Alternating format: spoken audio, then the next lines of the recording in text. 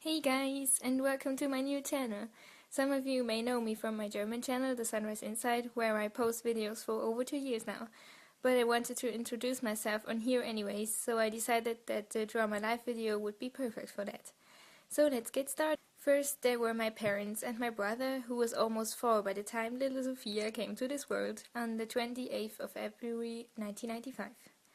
At this time, we already lived at the exact same place where we live right now, in an apartment in a small town in Thuringia, Germany.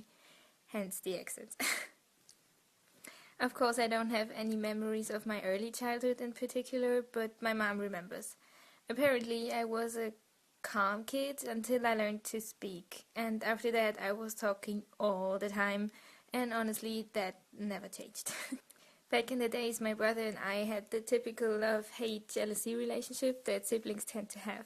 Sometimes he was a little badass and teased me so badly. For example, when I was still crawling, he pulled at my feet and I fell right onto my face. Every freaking time. And sometime later he accidentally ironed my hand, and that hurt like shit. But let me tell you, we changed a lot and we love each other now more than we would ever have imagined earlier. The reason for that is mostly that we went to so many concerts and festivals together, where we had like the greatest of all time, and I'm so glad we liked the same music. But let's go back to my childhood. It was all quite lovely. I guess I was a really happy child. My mom always says that I lived like the world would wait for me, so I was in complete inner peace. I loved singing and dancing in kindergarten. I can say that this was really the best time of my life. I mean, my friends and I, we played and loved and ate the whole time. That's like the absolute dream. So yeah, one of my best friends in kindergarten is someone really special. She's literally the only person I know and love my entire life until now, besides my family. She's basically a part of me, and even after times we didn't have any contact or after a fight, we always found each other, and we have no choice but be the greatest of friends. So when kindergarten was over, of course I was excited. My time in primary school was okay then. There was a bit too much drama if you ask me, but I had fun learning and I was really good at it too. But in this time, about when I went to class 1 or 2, my grandma became really ill. First we didn't know what it was, but it became clear soon. She had Alzheimer's. I guess it's Alzheimer in German. It got worse every day and she didn't recognize us anymore. She refused to eat and everything, so we had to give her to a home and get her a feeding tube. From this point of time she was still alive, but she didn't live. She just lay there, unable to speak, eat, walk or do anything but breathing for 8 fucking years. Of course, this all really got to me because we had to watch her fade away slowly and there was nothing we could have done. So next came my teenage years, yay! I know at this point every single Draw My Life video gets really dramatic and sad, and I'm sorry if you were looking for a video with a happy teenage time, this isn't it. You know, I had some issues with a few people in school, but it was never something major. I've never gotten bullied or anything. I had great marks, a loving family and a hobby, but I couldn't really be happy about all this. Firstly, because of his stupid boy, later everything just piled up. I've never got any attention from boys. Unlike my few friends, I rarely went to parties. All in all, I was nice to everyone, but nothing special to anyone, especially not boys. I just couldn't get over the fact that I was always the one starting to get interested in someone who didn't know who I was, and then being rejected every freaking time.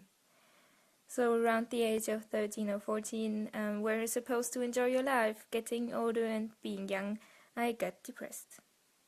I always denied it, and honestly I thought it was normal and that everyone felt this way. I collected this huge pile of self-hatred, sadness and fault over the years, and in the morning I left this pile at home, went to school and the world seemed okay, but I knew what was waiting for me when I came home again. I kind of had this smile but cry inside days. Some days were good, but some nights were just horrible. But I didn't want anyone to see my pile or even share it with me. It would have been easier for me, but I didn't want to be a burden or hurt anyone. Of course, I had great times in this period of time as well, don't get me wrong.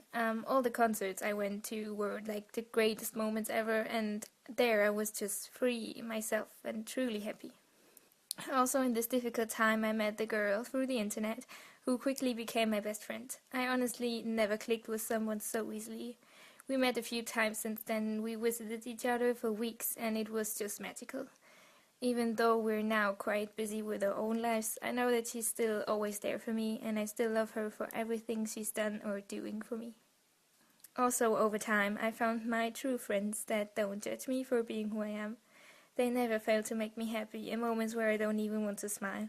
I'm so grateful for having these wonderful people in my life. Besides that, I got to know some really amazing people through YouTube as well. It was just last November when I finally found the courage to tell my mom everything about my struggle. All in all, I'm quite glad I didn't talk about my feelings in public earlier, but I regret not getting help before. This may be a huge shock for you, but I'm seeing a therapist since November and it really helps me so much. I still have my bad times, but I know that they will pass.